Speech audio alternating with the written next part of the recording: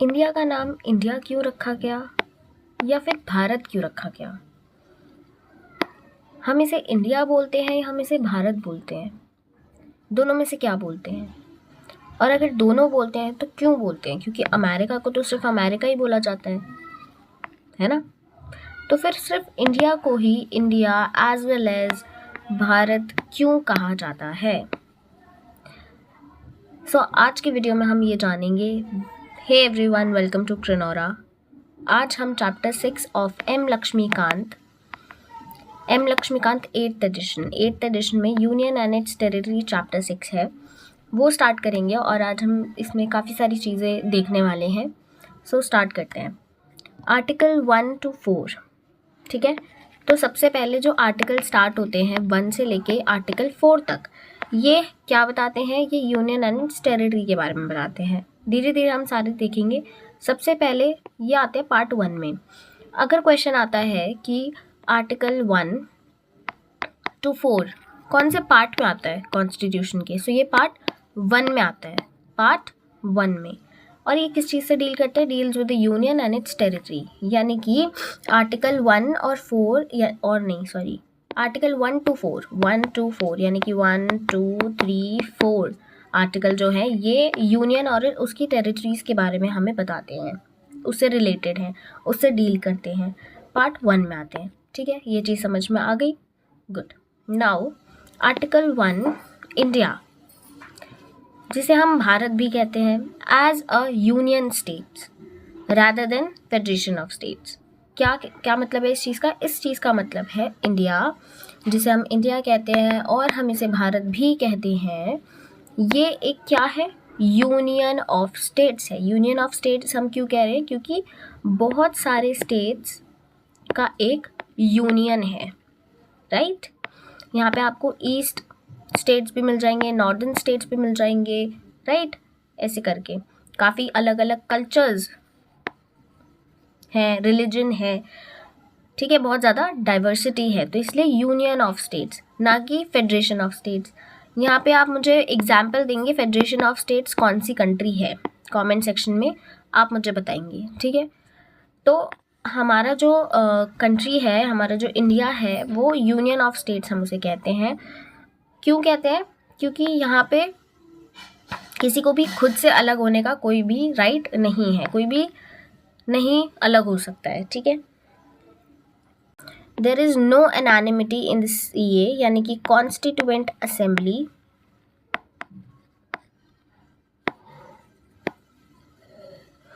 With regard to the name of the country, ठीक है। कोई एनानिमिटी नहीं थी कॉन्स्टिट्यूएंट असेंबली की किसके रिगार्ड्स में? नेम ऑफ द कंट्री के। कुछ लोगों ने सजेस्ट किया कि भारत रख देते हैं, भारत के नाम से फेमस है ऑलरेडी, तो भारत ही हम कंटिन्यू करते हैं। फिर कुछ लोगों ने कहा कि नहीं इंडिया रखते हैं, बिकॉज इंडिया जो था वो मॉडर्न नेम था। इंडिया क्या था? इंडिया मॉडर्न नेम था। फिर कुछ लोगों ने कहा कि नहीं भारत ही रखते हैं, क्योंकि ये ट्रेडिशनल नेम है। क्या है? ट्रेडिशनल नेम है। तो ये इन दो नामों में बहुत ज़्यादा कन्फ्लिक्ट्स हुए, ठीक है। तो constituent assembly adopt a mix of both. Constituent assembly ने दोनों को ही अडॉप्ट कर लिया, इंडिया दैट इज भारत के नाम से, ठीक है। इंडिया दैट इज भारत, तो इसलिए हम इंडिया भी कहते हैं और भारत भी कहते हैं, ठीक है। अमेरिका का ऐसा कुछ नहीं था, तो इसलिए उसे अमेरिका ही कहते हैं। लेकिन हमारे यहाँ दोनों ही नाम बहुत ज़्यादा हमारे लिए इम्पोर्टेंट थे, तो इसलिए हमने दोनों को ही अडॉप्ट कर लिया, इंडिया दैट इज़ भारत के नाम से। सेकंड चीज़ जो है वो, the country is described as union, ठीक है। यूनियन यानी कि एकता। तो एकता किस चीज़ की? अलग अलग स्टेट्स की, अलग अलग डाइवर्सिटी, अलग अलग रिलीजन की, अलग अलग कल्चर की। Although it's constitution is federal, constitution हमारा फेडरल है, ठीक है, ओके। हालांकि हमारे फेडरेशन टर्म कहीं कॉन्स्टिट्यूशन में लिखा नहीं है, लेकिन हमारा जो कॉन्स्टिट्यूशन है वो फेडरल है। और फेडरल किन पॉइंट्स की वजह से हम उन्हें कहते हैं, ये मैं बहुत अच्छे से पढ़ा चुकी हूँ लास्ट वीडियोज़ में। आप मुझे कमेंट सेक्शन में बताएंगे कि क्यों हम उसे फेडरल कहते हैं, ठीक है। तो इन स्ट्रक्चर ओके तो सबसे पहले तो हमारे पास सेपरेटेड इंडिपेंडेंट जुडिशरी है, ठीक है, सेपरेटेड पावर्स है, सेपरेशन ऑफ पावर्स है, ठीक है, ये सारी चीज़ें, ये वाले जो पॉइंट्स हैं आप मुझे लिख के बताएंगे। According to doctor B.R. Ambedkar, union of states has been preferred as federation of states, ठीक है, उन्होंने क्या बोला, union of state doctor B.R. Ambedkar ने कहा इंडिया को, ठीक है, फेडरेशन ऑफ स्टेट्स नहीं कहा। क्यों? दो रीज़न है इसके, दो रीज़न है। Indian federation is not an agreement among states. कोई फेडरेशन, क्यों फेडरेशन ऑफ स्टेट्स हम क्यों नहीं कहते? क्योंकि हमारे यहाँ कोई एग्रीमेंट साइन नहीं हुआ है कि ओके यहाँ से हमारा उत्तर प्रदेश आ गया, यहाँ से हमारा बिहार आ गया, यहाँ से हमारी दिल्ली आ गई, यहाँ से हमारा राजस्थान आ गया, यहाँ से हरियाणा आ गया और इन्होंने एक एग्रीमेंट साइन कर लिया इस तरीके से। तो ऐसा कुछ नहीं हुआ है यहाँ पे। हम देखो, इंडिया इज बेसिकली, वो पहले से ही साथ है, ठीक है, उनको हमें जोड़ने के लिए कुछ अलग से एग्रीमेंट बनाने की, उनको साइन करवाने की ज़रूरत नहीं है। हम ऑलरेडी साथ हैं, हम पहले से ही एक कंट्री में हैं, ठीक है, तो हमें कोई ज़रूरत नहीं है एक एग्रीमेंट साइन कराने की, हम इसलिए फेडरेशन नहीं है, ठीक है। इंडियन फेडरेशन इज़ नॉट, ठीक है, the states have no right to secede from the federation. अब हम बिना बोले साथ हैं तो हम अलग भी नहीं हो सकते। लाइक एक चीज़ देखो, एक तरीके से ये कह लो कि हम बिना किसी बॉन्ड के एक बॉन्ड में हैं, ये है चीज़, ठीक है, और हम इसे अपनी मर्ज़ी से तोड़ भी नहीं सकते हैं, ये है, कोई राइट नहीं है हमारे पास, ठीक है, simple easy, okay. Now, according to Article 1, the territory of India classified 3 categories. जो Article 1 है उसने क्या बोला है, टेरिटरी ऑफ इंडिया को 3 कैटेगरीज में डिवाइड किया है, क्लासीफाई किया है। पहली, टेरिटरीज ऑफ स्टेट्स की territory, okay, union territories, UTs, ठीक है, territories that may be acquired by government of India at any time, acquired by government of India at any time. Any time का क्या मतलब है? जैसे कि हमारा जो सियाचिन ग्लेशियर वाला पार्ट है ये कन्फ्लिक्ट में रहता है, ठीक है, पीओके वाला जो एरिया है वो कन्फ्लिक्ट में रहता है। तो ये जो चीज़ें हैं ये ना तो अभी हमारे हाथ में है और ना ही ये दूसरी पार्टी के हाथ में या फिर दूसरी कंट्री के हाथ में। इसके बीच में थोड़ा कन्फ्लिक्ट चलता रहता है, तो इट मे बी कि हम उसे एक्वायर कर लें, इट मे बी नॉट कि हम उसे एक्वायर कर पाएँ। तो ये जो टेरिटरीज होती हैं, these are also come in territories of India, article 1, okay, easy, okay. Now schedule 1 क्या कहता है? Names of states, UTs and territorial extent. Territorial extent यानी कि किसी टेरिटरी को हल्का सा बढ़ा देना, ऐसा वाला चीज़, ठीक है। यूटीज का नेम कि दिल्ली है, पुडुचेरी है, and Daman and Diu, Dadra Nagar Haveli है, लद्दाख है, जम्मू एंड कश्मीर है, ठीक है। तो यहाँ पे ये चीज़ें हैं, स्टेट्स हो गई। स्टेट्स में भी आपके स्टेट्स के जो नेम होते हैं वो, एट प्रेजेंट 28 स्टेट्स हैं एंड 8 यूटीज़ हैं, ठीक है। तो ये चीज़ हो गई। एक क्वेश्चन और मैं पूछना चाहती हूँ कि 8 जो यूटीज़ है वो कौन कौन सी हैं, एंड 28 स्टेट्स तो आपको पता ही होगी, अगर नहीं पता है तो सर्च करो, ठीक है, और लिखो कमेंट सेक्शन में। जब तक लिखोगे नहीं तब तक याद नहीं होगा, लिखो, ठीक है, अपने नोट्स में भी लिखना एंड कमेंट सेक्शन में भी लिखो। 8 यूटीज़ जो दादरा नगर हवेली है और दमन एंड दीव है, ये दोनों ही पहले सेपरेट यूटीज़ थी, लेकिन बाद में इनको एक अमेंडमेंट के थ्रू एक यूटी बना दिया गया, दमन and Diu and Dadra Nagar Haveli is the 1। हालांकि इन दोनों के बीच में, इन दोनों के जो लैंड है उसके बीच में थोड़ा गैप है, ये जॉइंट नहीं है, ठीक है, बट फिर भी इनको एक यूटी बना दिया गया। एंड जो सेकंड यूटी थी वो लद्दाख, जम्मू एंड कश्मीर से सेपरेट कर दी गई, ठीक है। तो ये है The provisions of the Constitution pertaining to the states are applicable to all the states in the same manner. जो भी प्रोविजन कॉन्स्टिट्यूशन के स्टेट्स पे लगते हैं वो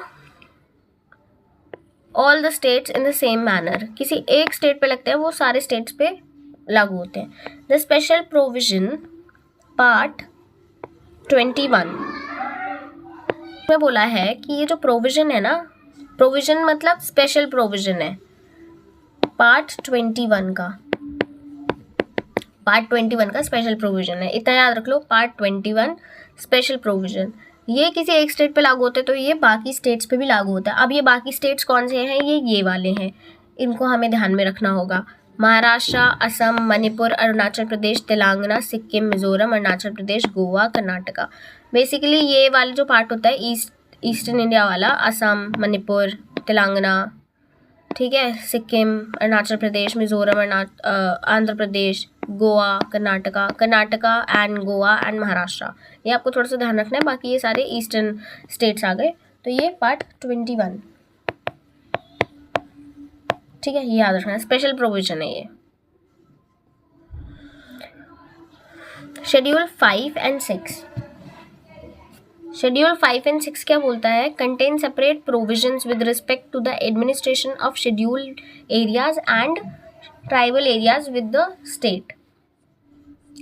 क्योंकि यहाँ पे आपको शेड्यूल एरियाज देखने को मिलेंगे और ट्राइबल एरियाज भी देखने को मिलेंगे, तो यहाँ पे कुछ सेपरेट प्रोविजंस हैं जो कि administration respect to the administration of schedule areas आता है, ट्राइबल एरियाज आता है, तो कुछ अलग यहाँ पे प्रोविजंस दिए हुए हैं क्योंकि यहाँ पे ट्राइबल पीपल्स भी रहते हैं। The territory of India is a wider expression than the union of India. Territory of India, इसका सिंपल स्टेटमेंट है, बस अगर क्वेश्चन आ जाता है तो ध्यान रखना कि वाइडर एक्सप्रेशन है, टेरिटरी ऑफ इंडिया बोला जाता है, ना कि यूनियन ऑफ इंडिया। वैसे यूनियन ऑफ इंडिया भी बोला जाता है, पर जो एक्सप्रेशन है वो ज़्यादा किस में समझ में आता है या फिर ज़्यादा प्रभाव किससे पड़ता है, टेरिटरी ऑफ इंडिया से। Latter includes only states and former includes UTs and territories. Okay, being a sovereign state, India can acquire foreign territories according to modes recognized by international law. क्या बोला गया है, India can acquire foreign territories according to modes recognised by international law. हमें अगर कोई भी foreign territory acquire करनी है तो हम 3 मोड्स के हिसाब से कर सकते हैं जो कि इंटरनेशनल लॉ को रिकॉग्नाइज करती है। अभी इंटरनेशनल लॉ क्या है, सेशन यानी कि कोई ट्रीटी करके, परचेज गिफ्ट करके, परचेज यानी कि खरीद के, गिफ्ट करके जैसे कि गिफ्ट कर देते हैं, ये चीज़ होती है, ठीक है। लीज, गिफ्ट का एक एग्जांपल बताओ मुझे। पोर्चुगीज ने गिफ्ट किया था, कौन सा लैंड गिफ्ट किया था और किसको किया था, ये आप मुझे बताएंगे, ठीक है। और प्लेबिसाइट, ठीक है।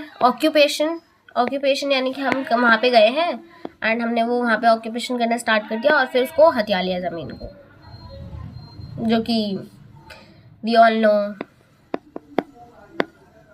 ठीक है। तो कॉन्केस्ट और सब्जुगेशन के हिसाब से भी हम उनको कर सकते हैं। तो ये 3 मोड्स हैं जिससे हम अपनी फॉरेन टेरिटरी को एक्वायर कर सकते हैं, ये इंटरनेशनल लॉ के अंदर आते हैं। Example, India acquired Dadra and Nagar Haveli, Goa, Daman and Diu, Puducherry and Sikkim, ठीक है। तो ये आपके 1 2 3 4 5 लैंड एरियाज हैं जो कि इंडिया ने एक्वायर किए हैं। अब आर्टिकल 2 देखो क्या बोलता है। आर्टिकल 2 बोलता है एम्पावर्स द पार्लियामेंट की बात हो रही है यहाँ पे, ध्यान से सुनना। Parliament to admit into the union of India और इस्टेब्लिश न्यू स्टेट्स, ठीक है।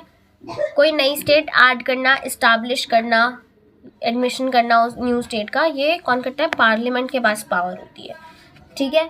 अब आर्टिकल 2 क्या बोलता है, द एडमिशन और establishment of new states that are not part of the union of India.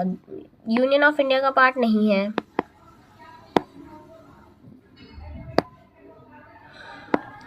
उसको ऐड करना और या फिर एस्टैब्लिश करना। इसमें 2 ग्रांट्स आते हैं कि Power to admit into the Union of India new state refers admission of states which are already in existence, पहले से existence में है, उसको भी ऐड कर सकते हैं.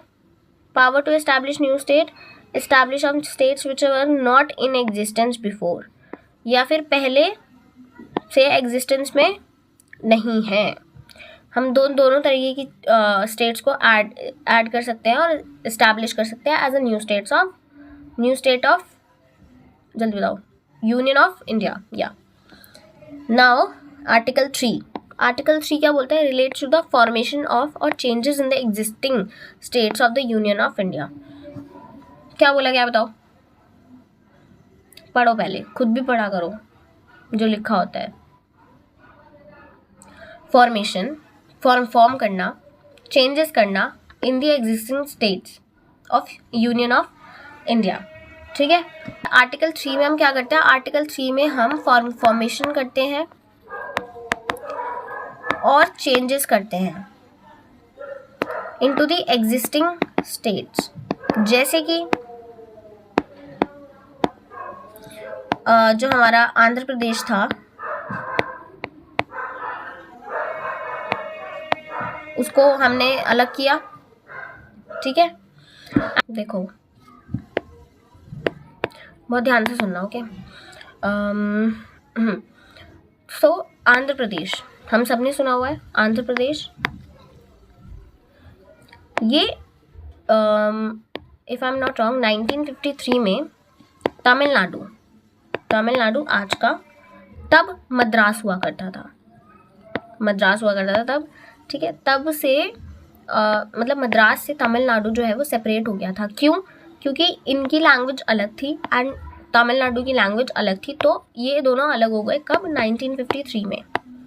ठीक है. तमिलनाडु से आपका ये आंध्र प्रदेश अलग हो गया था. ठीक है. ये पहली ऐसा स्टेट बना था जो लिंग्विस्टिक बेसिस पे सेपरेट मतलब बना था अलग. उसके बाद 1956 में जो आंध्र प्रदेश है वो मर्ज हो गया था हैदराबाद तेलुगु स्पीकिंग रीजन से. ठीक है. मर्ज हो गया था मतलब मिल गया था. उसके बाद 2014 में आंध्र प्रदेश अलग एंड आपका तेलंगाना जो है वो अलग अलग स्टेट्स बन गए. ठीक है. ये एक इम्पॉर्टेंट चीज़ थी जो इस आर्टिकल में मुझे बतानी थी. ठीक है. और आपको समझ में भी आनी चाहिए. 1953 में तमिलनाडु से अलग हुआ था आंध्र प्रदेश. ठीक है. हाँ. तो आई होप आपको ये समझ में आ गया होगा. नाउ जो आगे का पार्ट है वो हम नेक्स्ट वीडियो में कवर करेंगे. So yeah that was it for today. Do subscribe Krinora और ऐसी वीडियोज़ के लिए.